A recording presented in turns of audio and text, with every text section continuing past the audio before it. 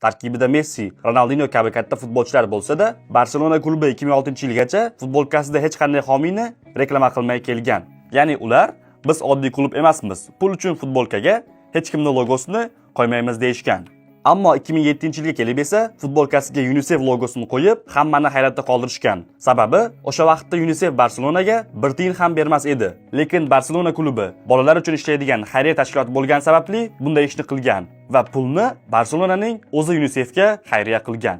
Bu qaror esa muxlislarning hurmatini yanada oshirgan.